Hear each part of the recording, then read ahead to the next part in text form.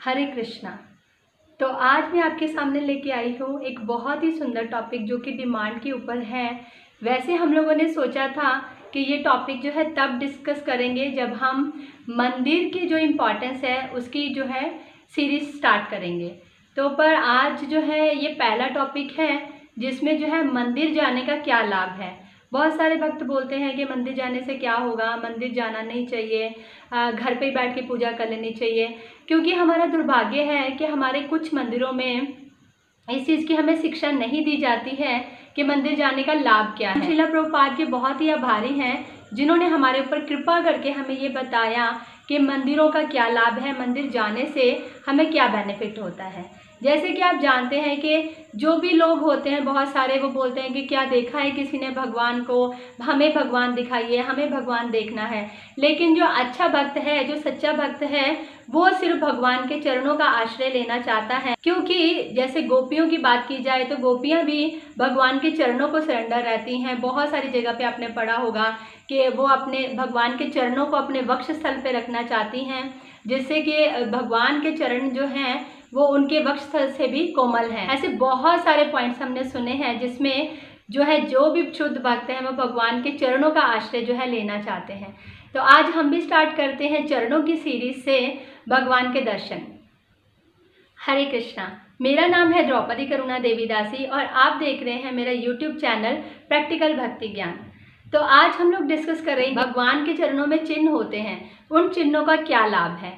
तो सबसे पहले मैं आपको एक स्टोरी फॉर्म में ये बताती हूँ कि हम कैसे याद रख सकते हैं कि भगवान के कौन कौन से चिन्ह जो हैं चरणों में हैं।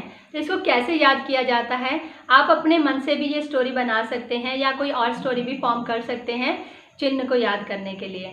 तो जैसे बताते हैं कि गोपियाँ घर से निकलती हैं और वो एक तालाब में जल भरने के लिए जाती हैं, तो देखती हैं कि वहाँ पे मछली है। तो मछली जो है भगवान के चरण का सबसे पहला चिन्ह है। तो उसके बाद वो जो प्रतिबिंब है चंद्रमा का, अर्धचंद्र का, वो जो है उस तालाब में देखती हैं। तो दूसरा आता है हमारे पास अर्धचंद्र। तीसरा जो है गोपियाँ जब कलश पानी भरती हैं तो वो 4 कलशों में 4 गोपियाँ होती हैं और 4 कलशों में वो जल भरती हैं। तो तीसरा हमारे पास 4 कलश आता है। तालाब है वो ट्रायंगल की शेप से आता है, ट्रायंगल। ये देखती हैं कि गाय के खुर जो है, गोखुर जो है वहाँ पे है, तो इसका मतलब है कृष्ण यहाँ से निकल के गए हैं गैयों के साथ। तो गोखुर जो है भगवान के चरणों का एक चिन्ह है। उसके बाद गोपियाँ जो है आगे चलती हैं तो देखती हैं कि बारिश का मौसम होने वाला है और जो है वो वहाँ पे इंद्रधनुष जो है उनको दिखता है। तो भगवान के चरणों में जो है धनुष है जो बिना डोरी के हैं। उसके बाद उनको जो है वहाँ पे शंख की ध्वनि सुनाई देती है, जिससे कि जो है वो सोचती हैं कि चलो रासमंडल की तरफ चला जाए। तो ऐसे करके हम जो है ये याद कर सकते हैं। आप अपने मन से भी कोई स्टोरी फॉर्म कर सकते हैं। ये भगवान का राइट जो पैर है उसके जो है चिन्ह है। तो राइट फुट में भगवान के 8 चिन्ह हैं। तो इनको हम एक एक करके डिस्कस करते हैं। तो सबसे पहले जो है इनका आश्रय कैसे लेना है, इससे हमें लाभ क्या होता है। बहुत सारे लोग जो है पंडितों के पास जाते हैं, बहुत सारे उपाय करवाते हैं, लेकिन हम आपको सिर्फ ये बताना चाहते हैं कि भगवान के चरणों के चिन्हों के दर्शन करने से ही हमारे जीवन में सारी सिद्धियां जो हैं और सारी प्रॉब्लम्स जो हैं हमारी सॉल्व हो जाएंगी। सबसे पहले हमारे पास आती है मछली। मछली हमें ये बताती है कि जैसे मछली जल के बिना नहीं रह सकती, ऐसे ही हम भी भगवान के जो है बिना नहीं रह सकते, भगवान भक्तों के बिना नहीं रह सकते, भगवान के संग के बिना, भक्तों के संग के बिना नहीं रह सकते, हमें कीर्तन के बिना नहीं रहा जाता। सेकंड हमारे पास आता है अर्धचंद्र। तो अर्धचंद्र जो है जैसे करोड़ों करोड़ों चंद्रमा का जो शीतलता होती है, बताते हैं कि वो भगवान के चरणों में रहती हैं। तो जो चंद्रमा थे उसने भी अपने आप को आधा कर लिया कि अगर मैं पूरा भी रहूँगा तो भी अधूरा ही रहूँगा। तो भगवान के चरणों में चंद्र जो है आधा रहता है, जिससे हम अपने मन को शीतल कर सकते हैं और शीतलता जो है हमें ये प्रोवाइड करता है और हम भी आगे जो है प्रचार करके सबको शीतलता दे सकते हैं। थर्ड है हमारे पास 4 कलश। जो कलश है वो अमृत को संबोधन करता है। तो बताते हैं कि जैसे जो श्लोक है हमारे शास्त्रों में, अकाल मृत्यु हरणम सर्व व्याधि विनाशनम विष्णु पादोदकम पीतवा पुनर्जन्म न विद्यते। मतलब अगर कोई भगवान के अमृत को चख लेता है बहुत ही शुद्ध भाव से, अच्छे मन से, तो भगवान क्योंकि वो चरणों का अमृत है तो बताते हैं कि हमें अकाल मृत्यु नहीं आती है और हम ये जन्म मृत्यु के चक्र से छुटकारा पा लेते हैं। पुनर्जन्म ना विद्यते, हमारा दोबारा जन्म नहीं होता। तो ऐसे बताते हैं कि जन्म मृत्यु और जरा व्याधि, ये शास्त्रों में वर्णन है, इन चारों चीज़ों से हमें छुटकारा मिल जाता है। जन्म भी एक हिसाब से कष्ट है, जन्म जो है हमें दोबारा नहीं लेना पड़ता। अगर जन्म नहीं लेंगे तो मृत्यु नहीं आएगी, बुढ़ापा नहीं आएगा और व्याधि मतलब बीमारी नहीं आएगी। ट्रायंगल होता है जिसमें त्रिताप होते हैं, जैसे कि आदि भौतिक, आदि दैविक और आध्यात्मिक, ये कलेश हैं।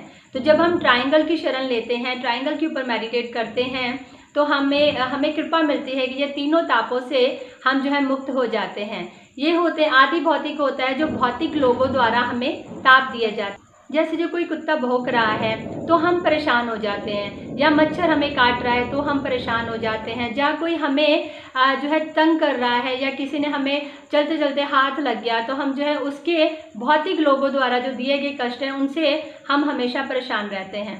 तो इससे हमें मुक्ति मिलती है। दूसरा आदि दैविक, जो देवताओं द्वारा दिए जाते हैं कष्ट, जैसे कि बहुत तेज़ गर्मी हो जाना, बहुत तेज़ जो है ठंड लगना हमें, या फिर बाढ़ आ जानी, भूकंप आ जाना, सूखा पड़ जाना, तो ये सारी चीज़ें भी हमें ताप देती हैं, परेशान करती हैं। अगर हम ट्रायंगल का सहारा लेते हैं तो दैविक परेशानियों से भी हम मुक्ति पा सकते हैं। तो तीसरा है हमारे पास लास्ट वाला आध्यात्मिक, जो कि सबसे इम्पॉर्टेंट है, जो हमारे मन से उपजता है कि हम अपने मन में ही बहुत सारी चीज़ें, वो अच्छा नहीं है, ये सही नहीं है, मेरे साथ ऐसा सही नहीं हो रहा है, तो ये हमारे मन के कुछ परेशानियां होती हैं जो हमें परेशान करती हैं। तो आदि भौतिक, आध्यात्मिक और आदि दैविक तीनों क्लेशों से हमें ट्रायंगल के ऊपर मेडिटेट करने से मुक्ति मिलती है। उसके बाद हमारे पास खुर, गाय का खुर, जिससे हम समझते हैं कि जैसे ये भव सागर जो है, बहुत आपने सुना होगा कि उसको पार करना बहुत ही मुश्किल है, लेकिन अगर हम भगवान के चरणों में ये गोकुर जो है उसके ऊपर मेडिटेट करते हैं, उसको प्रार्थना करते हैं, तो ये बताते हैं ये भव सागर जो है एक गाय के खुर के समान हमारे लिए छोटा सा हो जाता है, जिससे भक्ति करना और इसको पार करना आसान हो जाता है। इसके बाद अगर हम आगे चलते हैं तो धनुष का हम जो है सरेंडर कर सकते हैं, उसके ऊपर मेडिटेट कर सकते हैं। धनुष जो है वो युद्ध का प्रतीक है, तो हमें हमेशा युद्ध करना है, लेकिन युद्ध किसके साथ करना है ये देखना पड़ेगा। युद्ध करना है हमें 5 चीज़ों से, वो है काम, क्रोध, लोभ, मोह, मद और मत्सर्य। ये बहुत ही डीप और लंबा टॉपिक है, कभी फिर डिस्कस करेंगे, ये बहुत ही इम्पॉर्टेंट भी है। तो इनसे युद्ध करना है और युद्ध करके इनको हराना है। उसके बाद हमारे पास आता है शंख। शंख की ध्वनि जो है गोपियाँ जब सुनती हैं तो वो रास मंडल की उनको याद आती है। तो जब शंख की हम शरण लेते हैं तो शंख आपको पता है कि वो शुभ का प्रतीक है, वो सारी नेगेटिविटी को दूर करता है और सारी पॉजिटिविटी हमारे पास देता है। जहाँ पे भी बताते हैं कि शंख बजता है वहाँ पे कभी भी कोई नेगेटिव एनर्जी या नेगेटिव चीज़ रह नहीं सकती है। तो हम शंख का हमें मेडिटेट करना चाहिए और शंख को बजाना भी। बाद हमारे पास आता है रास मंडल। रास मंडल का मतलब है कि हम अपना मन जो है भगवान को दें, जैसे गोपियों ने अपना मन जो है भगवान को दे दिया, सर्वस्व अपना जो है भगवान को दे दिया, वैसे ही हम भी अपना मन जो है, हमारा मन जो है भगवान में लगे और भगवान को हम अपना मन दें। तो ये है भगवान के एक चरण जो है चिन्ह कौन कौन से हैं और उसकी व्याख्या। दूसरे वीडियो में मैं आपको दूसरे चरण के बारे में बताऊंगी।